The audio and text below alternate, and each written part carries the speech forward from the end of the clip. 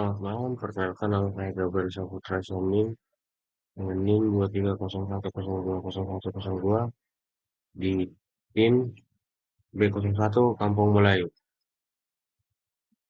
Seminar proposal masyarakat cerdas.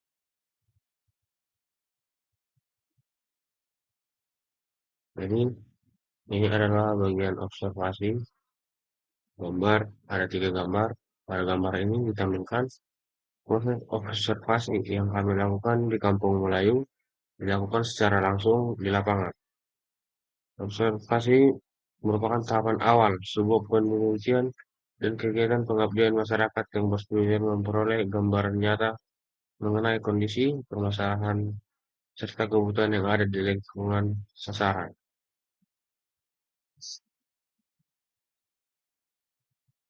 Gambar yang pertama yang kiri memperlihatkan suasana lingkungan perumahan masyarakat. Hal ini menggambarkan konteks observasi di mana kami tim para peneliti mencoba memahami kondisi fisik, aksi mobilitas, serta situasi sosial yang ada di wilayah tersebut. Dari sini dapat dianalisis bagaimana keadaan lingkungan berpengaruh terhadap aktivitas masyarakat sehari-hari. Gambar kedua yang tengah menunjukkan sekelompok mahasiswa atau kami peneliti yang sedang melakukan peninjauan langsung dengan berjalan memasuki area permukiman.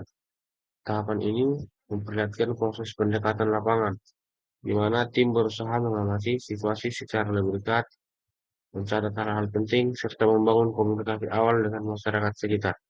Dan gambar yang ketiga yaitu menampilkan interaksi antara tim mahasiswa dengan warga.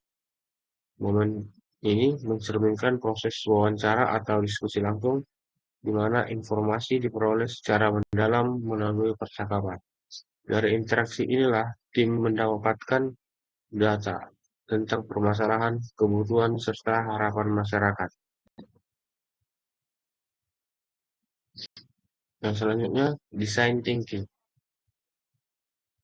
Slide ini menggambarkan penerapan metode design thinking, sebuah pendekatan kreatif dan terstruktur untuk memecahkan masalah dengan berfokus pada kebutuhan pengguna. Gambar kiri yaitu adalah foto kami bersama dengan tim B01 yang menampilkan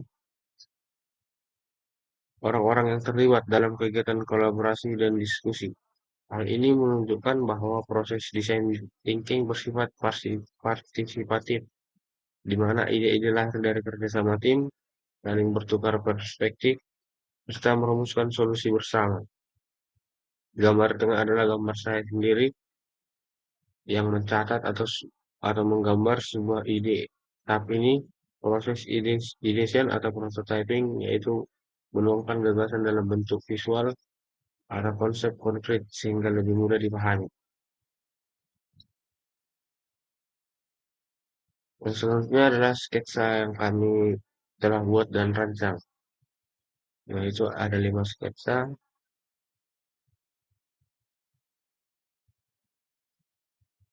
Dan ini adalah sketsa final yang saya buat yaitu tentang dampak dari bahayanya merokok. Dalam gambar tersebut ada berupa seorang orang tua yang ketakutan akan bahayanya dari asap rokok dan dia memutuskan untuk tidak lagi merokok karena telah memahami apa itu dampak-dampak yang disebabkan oleh rokok. Asap rokok sendiri tidak hanya membahayakan bagi penghisapnya, tapi juga masyarakat sekitar yang menghirupnya secara tidak sengaja. Jadi ya, daripada itu, ayo kita kurangi merokok. Kalau tidak bisa langsung stop, kita berhentikan secara pelan-pelan. Dari yang sebungkus sehari menjadi 5 batang sehari, terus begitu sampai berangsur-angsur berhenti.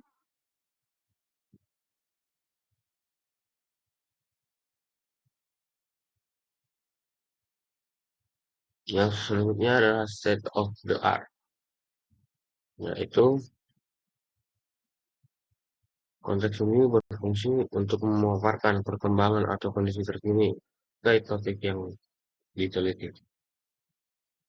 Jadi sesuai yang sudah saya jelaskan, yaitu kenapa sistem Human Resource Development atau HRD, sistem manajemen sumber daya manusia yang sudah diterapkan di berbagai tempat, namun sistem tersebut masih memiliki keterbatasan tertentu. Saat ini, berbagai program sosialisasi tentang bahayanya dari merokok itu sudah banyak dilakukan, baik melalui iklan layanan masyarakat, peringatan para bungkus rokok, maupun kampanye kesehatan. Namun, efektivitasnya masih rendah karena beberapa alasan, seperti yang pertama, pesan yang bersifat umum, peringatan bahaya rokok seringkali hanya berupa teks atau gambar statis yang tidak cukup. Yang kedua, minimnya interaksi edukatif, seperti edukasi lebih banyak bersifat satu arah, sehingga masyarakat tidak terlibat aktif dalam memahami dampaknya. Terus yang ketiga, kurangnya pendekatan personal. Tidak semua perokok merasa bahwa pesan bahaya rokok relevan dengan dirinya. Dan yang terakhir, keempat, lingkungan sosial. Banyak anak muda terpengaruh lingkungan dan iklan rokok, sehingga edukasi formal sering kalah oleh budaya sosial. Dan kita sudah sampai di penghujung slide. Baik, sekian yang bisa saya paparkan. Kalau tidak ada kurang lebih, mohon dimaaf. Terima kasih.